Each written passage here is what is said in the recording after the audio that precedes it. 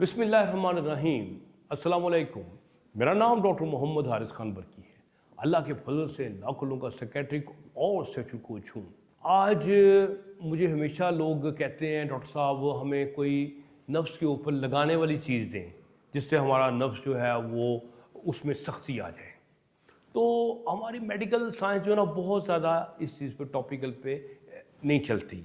हम ज़्यादातर अपनी सिस्टेमिक मेडिसिन जो हैं वो दे रहे होते हैं, लेकिन हमारे मेडिकल में ऐसी चीज़ें मौजूद हैं जो कि अगर हम नफ्स के ऊपर लगाएं तो वो नफ्स की सख्ती में बेपनाह इजाफा कर देती हैं। तो उनमें से जो अहम चीज़ें हैं वो मैं आज आपको बताता हूँ। अच्छा, सबसे पहले जो बड़ी हैरान कुन चीज़ है वो है गंजों के सर पे लगाने वाला तेल। जब ये नफ्स के सर के ऊपर लगाया जाता है तो नफ्स के सर के ऊपर बाल तो नहीं उगते, लेकिन वो उठ के खड़ा हो जाता है।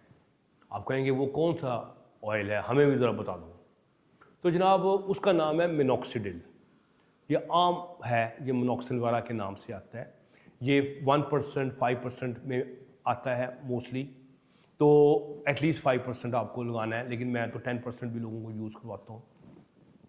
तो अभी आपको बताते हैं कि ये किस तरीके से आपकी नफ्स की ताकत को बेपनाह इजाफा देता है, और ये बातें जो हैं ये एविडेंस बेस्ड हैं, ये साइंटिफिकली प्रूवन है, ये कोई हम हवा में बात नहीं कर रहे। आपको पता है ये जो मोनोक्सिडिल होता है इसमें ये खूबी होती है कि ये एब्जॉर्ब होता है।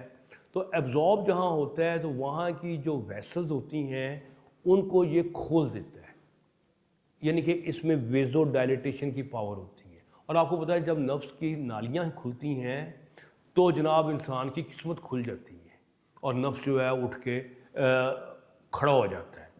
तो जब मिनॉक्सिडिल आप कैप के ऊपर लगाते हैं तो ये एब्जॉर्ब हो गए, आपकी वेसल्स को खोलता है। ये खोलता कैसे है? अच्छा, इसकी बड़ी खूबी है जो मुझे बड़ी ही पसंद आई। आमतौर पे जितनी जो मोनोक्सिडिल के अलावा जो चीज़ें हैं वो व्याग्रा या नाइट्रिक ऑक्साइड के लेवल पे काम कर रही होती है, जिसे कहते हैं साइक्लिक जीएमपी। आपको पता होगा कि ये जो कंपाउंड है ये जब बढ़ता है तो नफ्स की नालियाँ खुलती है व्याग्रा से, लेकिन ये साइक्लिक जीएमपी पे काम नहीं करता, ये साइक्लिक एएमपी पे काम करता है, जो कि एक अल्टरनेटिव सोर्स है इरेक्शन का, एक अलग रूट है। अच्छा, जब ये इसके वाया काम करता है, नफ्स जो है वो स्टैंड होता है, तो इसका मतलब है कि मोनोक्सिडिल को हम बहुत अच्छा तरीके से इस्तेमाल कर सकते हैं, हम कंबाइन कर सकते हैं। यानी कि लो डोज में आप लगाएं उस पर कैप पे, और आप जो नाइट्रिक ऑक्साइड का जो तरीक़ेकार आपने इस्तेमाल कर रहे हैं जैसे एलार्जिनिन के ज़रिए या वाइग्रा सैलिस के ज़रिए, आप उसके साथ इसको मिक्स कर सकते हैं, क्योंकि इसने साइक्लिक एएमपी के वाया काम करना है। तो इसका मतलब जहाँ वो रुक गई कौन वाइग्रा काम करने से, वहाँ आप हल्का हल्का ये लगाना शुरू कर दें। बहुत इकट्ठा ना लगाएं वरना ब्लड प्रेशर थोड़ा सा लो हो जाएगा। तो अगर बहुत लो ब्लड प्रेशर हो तो फिर इसका इस्तेमाल ना करें, लेकिन जब इनको कंबाइन करेंगे और तरीके से करेंगे तो नफ्स को एक बड़ी ज़बरदस्त ताकत मिल जाएगी। तो ये एक ऐसी इन्फॉर्मेशन है जो कि लोगों के पास नहीं है, तो मैंने कहा ये आप लोगों तक पहुंचा दूं। इसके अलावा भी हमारे पास कुछ चीज़ें हैं जो कि नफ्स के ऊपर लगाने से नफ्स खड़ा हो जाता है। एक अभी आज का एरोक्सोन जेल का एक बड़ा नाम है, अभी पाकिस्तान में भी इंट्रोड्यूस हो रही है।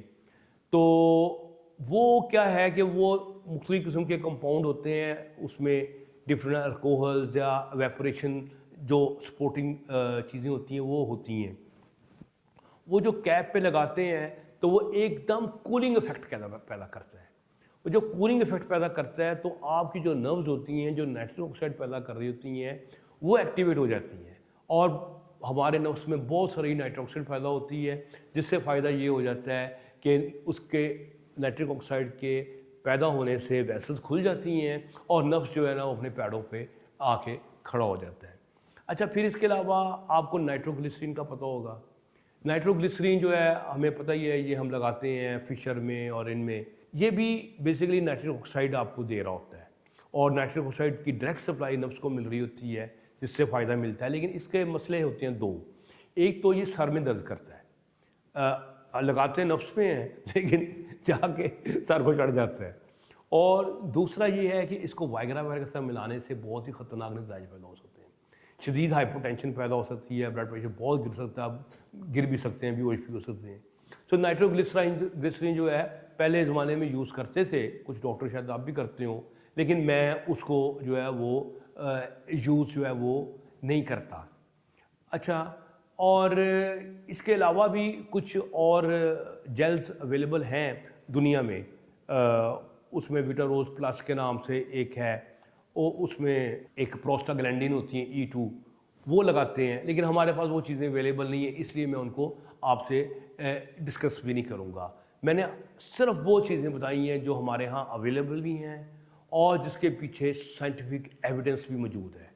तो जब आप समझते हैं कि अगर आपको खाना मेडिसिन का मुश्किल है, वो तकलीफ़ दे रही है, आपको साइड इफ़ेक्ट दे रही है, सर में दर्द कर रही है, चक्कर ला रही है, या मुंह जो है आपकी फ्लशिंग हो रही है, आंखों में नीला नज़र आ रहा है, कुछ नज़र आ रहा है, और आप कहते हैं मैं इस दवाई पे डिपेंडेंट नहीं होना चाहता, तो हमारे पास ये एक बेहतरीन अल्टरनेटिव मौजूद है। तो उम्मीद है कि आज की वीडियो मेरे बहुत लोगों को काम आएगी। खुश रहें और खुशियाँ बांटें। डॉक्टर बरकी को इजाज़त दें। अल्लाह हाफ़िज़।